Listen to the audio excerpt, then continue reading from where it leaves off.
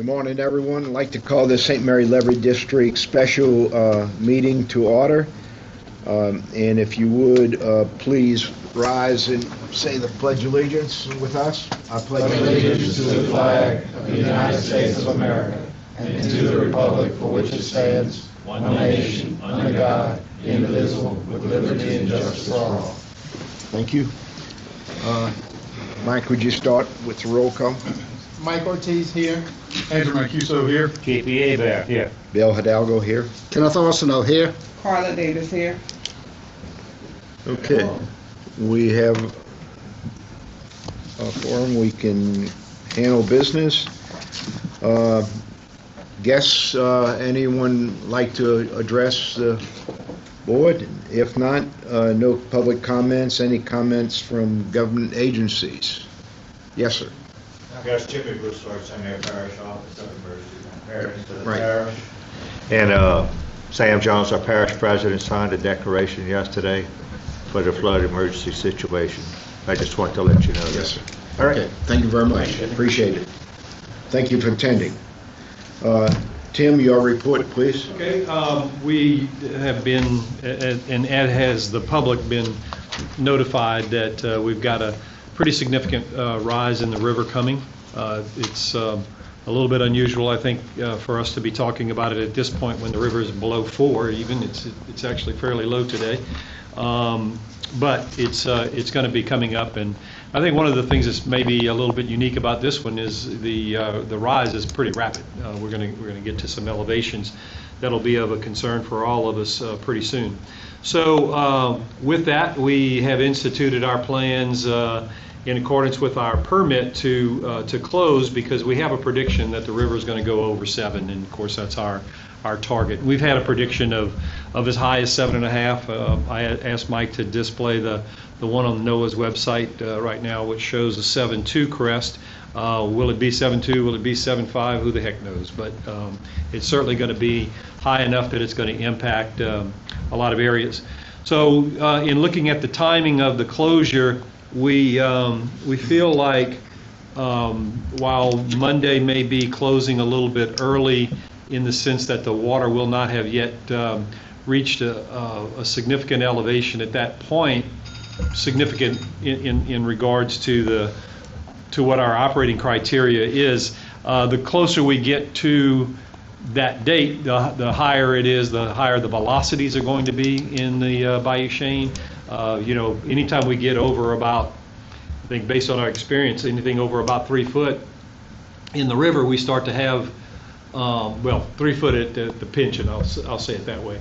We start to have a significant flow coming up the Bayou Chene. So the barge is a lot easier to handle when there's a lack of velocity or lower velocity. So we think Monday would be prudent. The second thing that accomplishes is it'll start blocking water immediately from going through and into the system. So we'll keep the water levels down, which hopefully builds us a little bit of storage capacity in the event that down the road we get rain and so forth. With that said, the beauty of this particular flood fight, if you will, is that all we anticipate needing to do is to close the barge, and then we have one remaining, close the barge, which also includes closing all the culverts along Avoca Road, which is part of the system. 15, you said, Mike?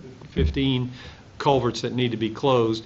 So we'll hire a crew to initiate that effort, closing those culverts. And then there's one other step. You'll remember that we left a gap between Avoca Road and the locks, and so we'll need to close that off depending on what the elevation actually gets. And so we have a plan for that.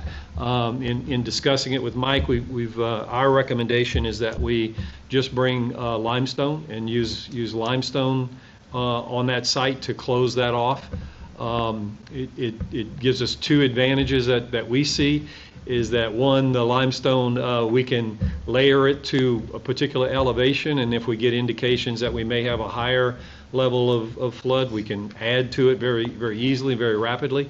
Number two, at the end of the day, we just pick up that rock and put it right there on the road, because there's constant needs of maintenance on the road for the limestone. So we're not wasting, if you will, a product in that regard. We have it there and available and put it to continued use there. So we have made some inquiries, already have some estimates coming in for the cost of that. We'll be able to do that. So, and as I said, that's the extent of what needs to be done. We're not in a situation where we have to go out and hire a bunch of contractors to do a whole lot of variety of things. It's going to be fairly focused, and it'll all be focused right there. So what we have before you, and Bill Bourgeois has prepared resolutions to support the declaration of the emergency and the authorization for us to undertake whatever flood fighting efforts. The ones I've mentioned are the ones we anticipate. Emergencies are emergencies, and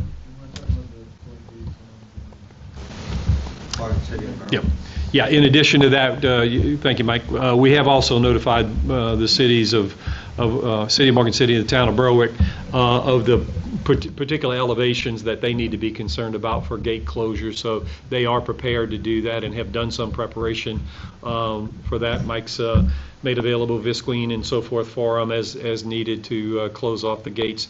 In both cases, it will involve some gates. At the 7-foot range, it's not that traumatic to the areas on the unprotected side, but I'm sure they're going to have, a lot of those businesses will have to start undertaking some flood fighting measures or mitigation for whatever the higher water may be for them.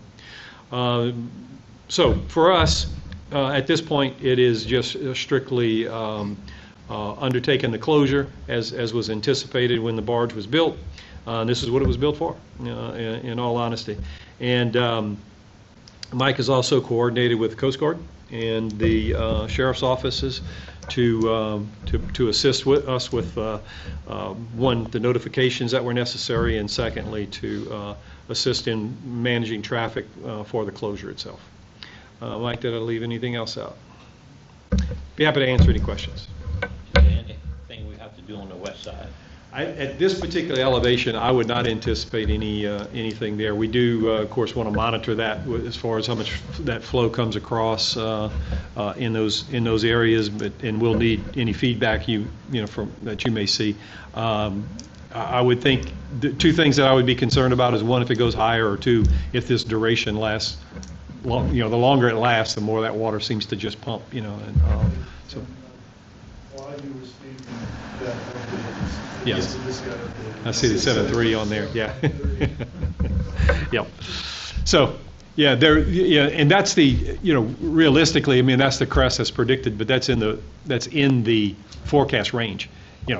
There's obviously going to be some more time to come, more rain to come, and what those impacts will be. I did pay attention to the weather report this morning. It looked like most of the serious rain that's coming today, tomorrow, is a little to the east of the basin that would flow into to the river for the heavy rain, but there's a lighter rain that's going to come across the Arkansas and upper Mississippi, the northern part of Mississippi, as it moves on to the Georgia area and all that. Mike, we have gauges west that so we can watch the. Not current, except on Bayou Teche. We do have an elevation gauge. Well, we don't.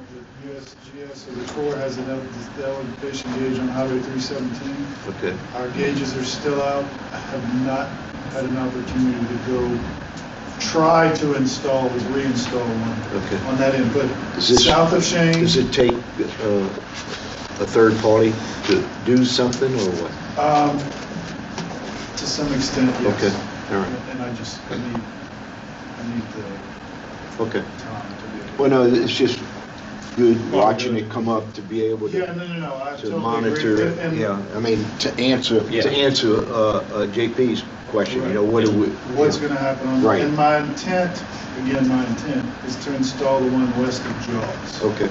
So we'll have that when we have Tesh.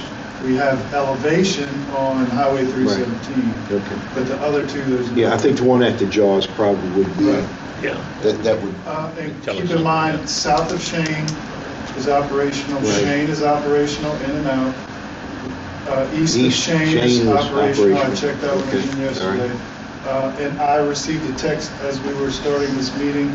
The weather stations are now on the gauges. okay, So you'll be able to see, good, I mean, okay. it's there. It's a step. Do we have any thoughts on what the elevation gonna be in the Tesh at the 7 foot here in Morgan City? Because, we got people already concerned about the water backing up. I don't know, to be honest, but we will monitor it. And the other thing is that they have to realize is we had, 4 or 5 days of south wind that just stacked water in that touch. Yeah, That's the reason for that. Yeah, the water was high. Yeah. At this point, I can't imagine it's still high. it's not high, but it's higher than normal. And Here we had, obviously two different water bodies connected, but here, whatever got pushed up with those strong southerly winds, it all left. We did empty. We got back to the elevations we had prior to when those winds started. So, I don't know what may be going on there. Right now, it looks like it's a southeast. Mike, what about the Calumet floodgate? Closed? Okay. So, that would be that's where the water would come from with High River for the most part. Through the Hanson Canal. And the Hanson Canal. Yeah. I don't know if we have any plans on closing that floodgate on Hanson. that's another one that we'll monitor that. In the past, what we've seen is that there's really not a huge effect. Yeah. I would say there, you just close it if it's going up. If Yeah. it's coming down, you want to leave it open, get as much of that water. Yeah, well, Ray reported this morning, the electrical panel's been shot up, so he turned it in, so we'll get that fixed. Been shot at. So currently, Bayou Teche is at .28 Done. at the structure. That's That's really low. Like, it gets lower than that, but that's pretty low. Okay. And that was from, say, a .8. Almost, I'm trying to see what I'm looking at. Yeah, that was .8 last week. So it fell 6/10. Okay. There is one potential item here too. Bill does have a provision for it on the agenda, but security on the barge itself. This will be the first time since the barge has been there that we will have closed it. We will have it closed, and it will be closed for some time period.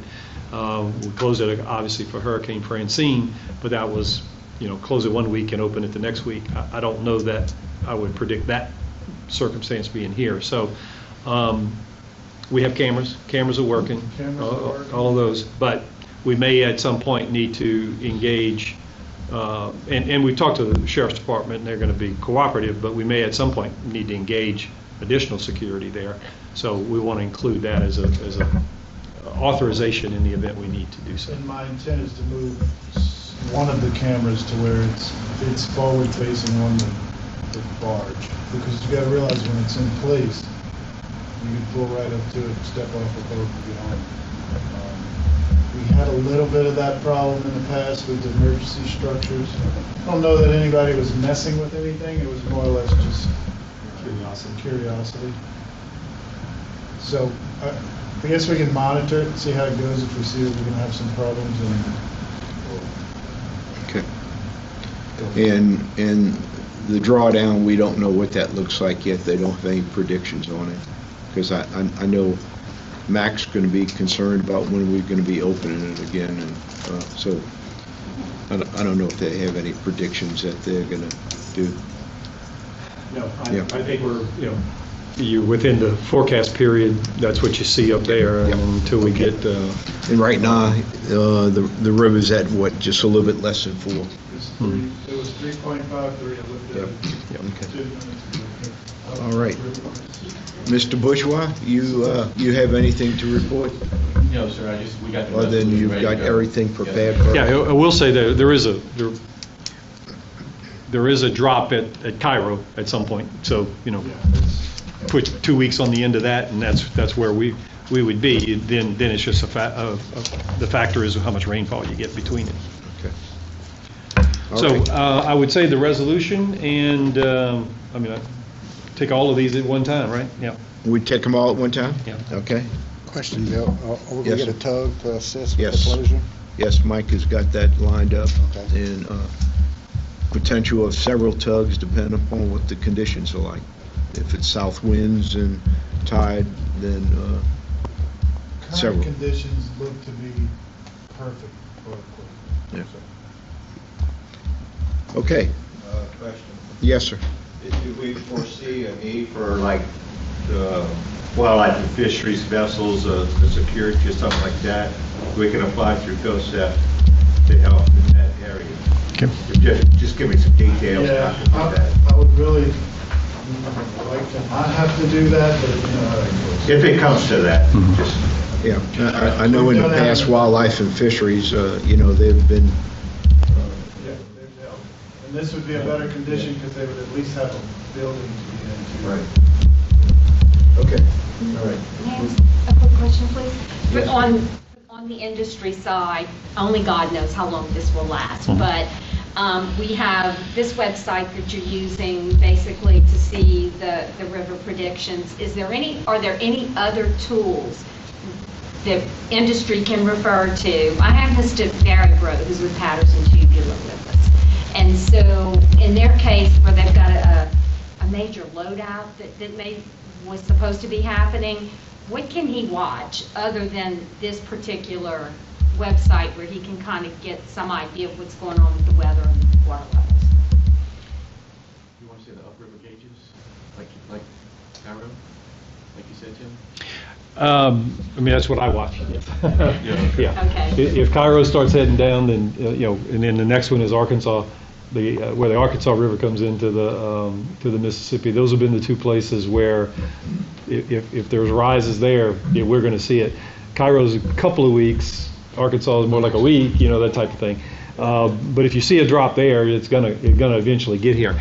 Now, our target for opening is 3 on the Bayou Pension gauge. Well, And a different, yeah, and then we have to watch how much water we're holding back. That becomes the next criteria. If there's too big of a difference inside and out, then it's unsafe to Yeah, just open some it. tool or some communication Right. that would help us coordinate when we could make some of these Are shifts. you on the outside of the flood wall or both? We're on the east side of the locks, on the Oh, okay. GIWW. Yeah. It's going through the Shane. Can't get through the Yeah. locks don't do you any good. We're next to the old Southern Scrap Yard right there. About a unit over that. Do you have a large vessel coming in? 300 footers, yes. Yeah, It's not getting through the locks. No. okay. So our only option would be the navigation canal and home coming through the GIWW. And if there's anybody that can give me a difference. When is in that, the time. when is that load out? Well, we're waiting, it's a Chevron loadout, we're waiting on Chevron basically. They've got some wells that they're completing, and we were supposed to do the next drill. They were gonna send all the large diameter casing over our dock. Any idea on the time frame? I'm guessing anywhere from 3 to 6 weeks. I'm hoping we I am too. don't. I really feel I like am. it's,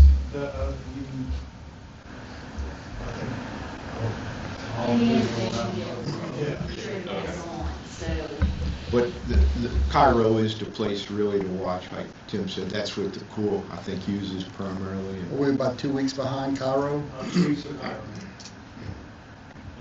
Like I said, 1 year Cairo was okay, but had been a bunch of rain in the Arkansas River, and there was a bump there, and so, it's about a week away from us.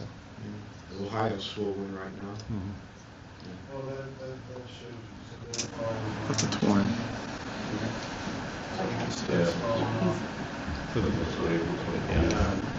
Still the flood stage, Yeah. Jim, is this gonna take into consideration, we worried about the Mississippi River. We got the red and the Washita that never touch the Mississippi. We're getting 100% of that. Yeah, no, it's their forecast takes that So into that's consideration. included in that, the Yeah. Washita and the red, 'cause those, And whatever they the red split is out of high. the, I mean, they Going make high. that statement. It takes because they've also predicted flooding in Monroe and so forth, Yeah. in Bill's old area because of backwater flooding. Yeah. But they specifically state they take into consideration the separation of the Old River, so. And Jim, weren't they also anticipating rain too as well? They, depending on which model you look at, some take 48 hours of rain. There's a longer range forecast that takes 16 days of rain. So, and sometimes those are the same, and that's kind of the later ones. The ones that were first predicted, the high crest here, were taken in the 16-day rain because it was early when they started that. Yeah. Red's gonna jump Yes, real sir. high this I just want to say, we got a weather call tomorrow, like, river forecast with Lake Charles. I sent Mike.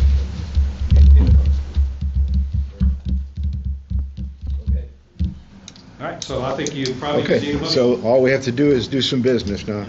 So there are actually 4 things to vote on in the resolution for the declaration of the emergency. Flood fighting, Bayou Shane's emergency closure, discussion, any action on law enforcement, which we've talked about, and any action of the 2025 flood event, okay, for that necessitates it. So I'm looking for a motion. Make a motion to approve all 4 items. Second. All in favor? Aye. Are there any opposed? Okay, that motion carries. Anyone has any questions? If not, Will's not here, I'll make the motion, adjourn. we have a motion, we have a second. All in favor?